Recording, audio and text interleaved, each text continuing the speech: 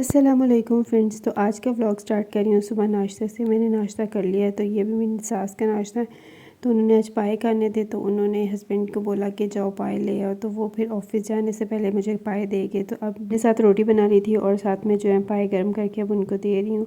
तो वो इसके साथ नाश्ता करेंगी। उसके बाद ना हमारे आजकल गैस का बड़ा मसला चल रहा है, गैस आ ही नहीं रही, बहुत कम आती है। इतनी कम गैस होती है कि रोटी नहीं पकाई जाती। इसलिए मैं जो है ना वो जल्दी जल्दी रोटी पहले बना लेती हूँ जब वो जा रहे होते हैं अपने लिए, ताकि जो है ना बाद में मसला ना हो। तो उसके बाद मैंने सोचा कि ना बेड की चादर चेंज की जाए, पिलो कवर्स चेंज किए जाए। काफ़ी दिन हो गए चेंज नहीं किए थे, तो अब इसको चेंज करते हैं और इसको वॉशिंग मशीन में डालते हैं, क्योंकि 1-2 दिन तक मशीन लगनी थी। तो मैंने कहा उसमें ना ये धुल जाएंगी और यहाँ पे ना अब नई बिछा देते हैं। तो पहले मैंने वो चादर उतारी, फिर इसको मैंने अच्छे से झाड़ लिया। झाड़ने के बाद जब ये नई बेडशीट है, इस बेडशीट को अच्छे से झाड़ा, उसके बाद जो है इसको बेड पे बिछाऊंगी, क्योंकि मेरे हस्बैंड कहते हैं कि जब भी बेड पे कोई चादर बिछाओ तो सबसे पहले इसको झाड़ा करो। अगर उसके अंदर कोई कीड़ा वगैरह हो या कुछ भी पतंगा वगैरह हो ना, तो वो निकल जाए। वरना अक्सर सुना है, देखा है कि ना ये कानों में चले जाते हैं, उससे बड़ा मसला हो जाता है। झाड़ लिया जाए ना तो उससे ये होता है कि पता चल जाता है कि कुछ भी नहीं है इसके अंदर।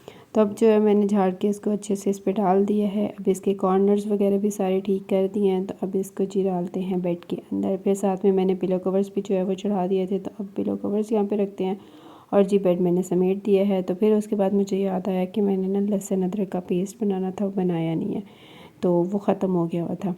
तो अब मैं पहले लहसुन को छीलूँगी, फिर उसके बाद अदरक को छीलूँगी। मैं ज़्यादा पेस्ट नहीं बनाती, थोड़ा ही बनाती हूँ, ताकि वो 1 वीक तक चले। उसके बाद फिर नया बना लें, क्योंकि ज़्यादा देर मैं इसको फ्रीज़ नहीं करती। 1 वीक जो है वो बहुत होता है, या हद है 1 महीना, इसके ज़्यादा नहीं मैं करती।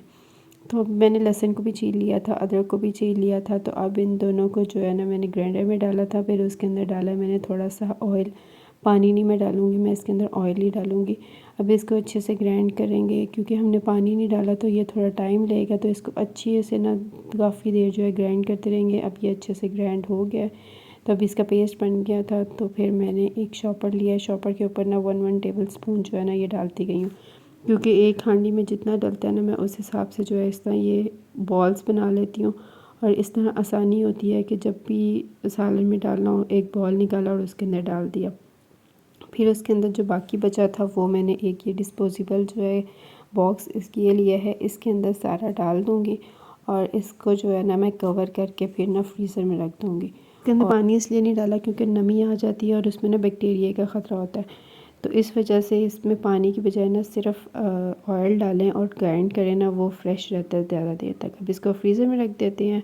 फिर जब हमारी गैस तेज़ होगी तो फिर मैंने कहा अगर रात के लिए खाना बनाते हैं, तो फिर मैंने अपनी सास से पूछा आज क्या बनाए, तो वो कहती हैं दाल बना लो। तो एक दाल जो थी वो पहले की भिगो के रखी हुई थी, दूसरी जो थी ना ये अभी से फ़ौरन भिगोई थी। अच्छा, मुझे लग रहा था वो वाली दाल जो है ना वो काफ़ी होगी, लेकिन फिर मैंने उन्हें दिखाया, वो कहती नहीं एक कम है। मैंने कहा चलें ठीक है। फिर मैंने ये एक जो है ये ज़्यादा देर भिगोई हुई है, दूसरी जो है वो अभी अभी भिगो के रखी है। इन दोनों को मैंने अच्छे से मिक्स कर दिया है। फिर इसके अंदर मैंने डाला है हस्बे ज़रूरत नमक। फिर इसके अंदर डालेंगे हस्बे ज़रूरत सुरख मिर्चें, और हस्बे ज़रूरत मैं इसके अंदर डालूँगी हल्दी, और साथ में मैंने डाला है धनिया पाउडर। ये सब चीज़ें डालने के बाद मुझे याद आया कि मैंने इसके अंदर लहसुन अदरक का पेस्ट नहीं डाला। तो फिर मैंने 1 क्यूब लहसुन अदरक का पेस्ट भी डाल दिया, जो ये पुराना पड़ा हुआ था। और फिर इसके अंदर जो है मैंने पानी डाला। पानी डालने के बाद अब इसको रख देते हैं हम चूल्हे पे, और चूल्हे पे रखने के बाद मैं इसको कवर कर दूँगी, ताकि आहिस्ता आहिस्ता जो है ना पकती जाए। तो फिर कुछ देर के बाद मैंने देखा इसका पानी भी थोड़ा कम हो गया था, और दाल भी जो है ना काफ़ी हद तक जो है गल गई थी। अभी इसको मज़ीद जो है पकाते हैं, ताकि पानी इसका और कम हो जाए और दाल भी अच्छे से गल जाए। फिर उतनी देर में जो है मेरे हस्बैंड ऑफिस से वापस आ गए। तो उन्होंने कहा कि हमने ना जना टर्मिनल जाना है, वहाँ पे हमारा ना एक कार्गो आया हुआ है, मेरे जेठ ने ना सामान भेजा था, तो वो लेने जा रहे हैं। तो रास्ते में ना तो हल्की हल्की फोग भी थी, और ये जी हमें एक दूल्हे की गाड़ी मिली, और इसके अंदर दूल्हा नहीं था, सिर्फ ये गाड़ी वाला ही था। और फिर उसके बाद ना ये एक हमें ट्रक मिले जिसके ऊपर ना गाड़ियाँ लोडेड थी। अच्छा, मुझे इसकी ना कन्फ्यूजन रहती है कि कोई गाड़ी अगर नीचे गिर जाए तो मैं अपने हस्बैंड से पूछी थी, वो कहते हैं नहीं इससे नहीं गिरती। मैंने कहा चलो। फिर उसके बाद ये बहुत सारे ट्रक रोड पे खड़े थे जिन्होंने लाहौर में एंटर होना है। इनका टाइम होता है, उस टाइम पे ना इनको एंट्री दी जाती है। तो अब ये जी हम जना टर्मिनल एंटर हो गए हैं। तो यहाँ पे बिल्कुल भी रश नहीं था, और 1-2 बस खड़ी हुई थी, शायद फोग की वजह से रश नहीं था। आम रूटीन में यहाँ पे बहुत रश होता है, लेकिन आज जो है वो बिल्कुल भी रश नहीं था। बस 1-2 बस खड़ी हुई थी, उसके अलावा कोई बंदा नहीं था यहाँ पे, और एक जो है वो सामान देने वाला खड़ा हुआ था। फिर खैर हम लोग यहाँ पहुँचे। यहाँ पहुँचने के बाद जो है ना वहाँ पे वो लड़का खड़ा हुआ था, उससे जाके हस्बैंड पूछने लगे कि हमारा इस तरह ना एक पार्सल आना है। उसने बताया कि वो वहाँ पे देखें, वहाँ पे तो नहीं पड़ा हुआ। हमने कहा चलें ठीक है। तो फिर हम लोग थोड़ा इधर चल के गए और ये जी हमारा यही था, ये आया भेजा था भाई ने। तो अब इसको जी उठाते हैं और लेके जाते हैं घर।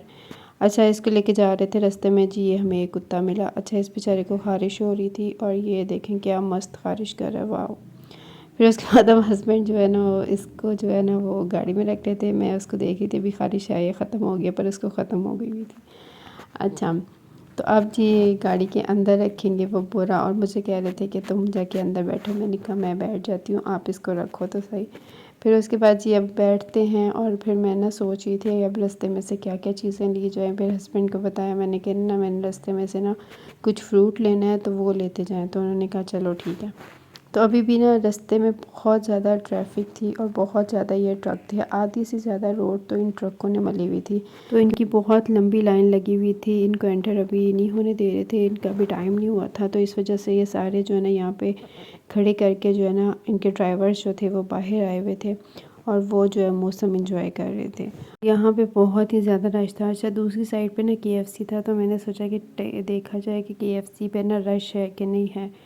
तो KFC पे बिल्कुल भी रश नहीं था, मतलब एक दो गाड़ियाँ खड़ी हुई थी, उसके अलावा जो है वो ज़्यादा गाड़ियाँ नहीं खड़ी हुई थी। उसके बाद जी हम लोग ये फ्रूट वाले के पास पहुँचे, तो मैंने कहा कि अंगूर ले लेते हैं। तो अभी हम जी अंकल को बोला कि अंगूर। अच्छा, ये ना फ्रूट वालों का एक बड़ा गंदा हिसाब है, गाड़ी वाले को देख के ये रेट बढ़ा देते हैं और बाइक वाले को देख के रेट नॉर्मल कर देते हैं। पता नहीं ये क्या इनका सीन है। अच्छा, यही अंगूर जो थे ना ये मिल रहे हैं 350 रुपये और हमें उसने देख के बोला 400 रुपये। हमने कहा भाई लेते रहते हैं। तो फिर फाइनली बहस बूस करने के बाद जो है ना इसने 350 दिया। उसके बाद ये जी केला लिया। केले वाले ने ज़्यादा बहस नहीं की क्योंकि उसने ना वहाँ पे बोर्ड लगाया हुआ था 120 का, तो उसने बहस नहीं की।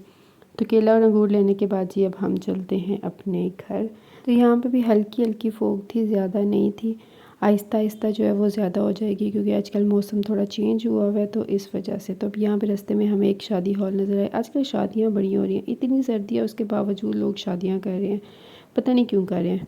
तो क्योंकि सर्दियों में ना शादी पे जाना मुझे बड़ा जहर लगता है। सर्दियों में एक तो सर्दी बड़ी लगती है, ऊपर से शादी पे जाओ जर्सी स्वेटर या कोई शॉल वगैरह लेनी पड़ती है, वो अलग मुसीबत होती है। तो इसलिए ना सर्दियों में शादी नहीं करनी चाहिए, गर्मियों में करनी चाहिए। तब हम लोग घर पहुंच गए हैं। पहुंचने के बाद जी अब हस्बैंड जो है ये खोल रहे हैं, क्योंकि हम लोग ना इसको सही से पैक करते हैं ताकि ना कोई रास्ते में इसको खोल ना सके। एक दो दफ़ा ना किसी ने खोल लिया था, कुछ चीज़ें निकालनी थी, तो इस वजह से अपना टाइटली मेरे जेठ जो है ना इसको पैक करके भेजते हैं। तो ये जी इसमें से निकल रहे हैं रेड ब्रेड और ये में है मौसमी है शायद, मुझे एग्जैक्ट नहीं पता क्या है। तो आज का व्लॉग यहीं तक था। वीडियो अच्छी लगे तो लाइक करिएगा, चैनल को सब्सक्राइब करिएगा और प्रेस द बेल आइकन ज़रूर प्रेस करिएगा ताकि हर नई आने वाली वीडियोस आपको मिल सकें। और मुझे अपनी दुआओं में याद रखिएगा। अल्लाह हाफिज़।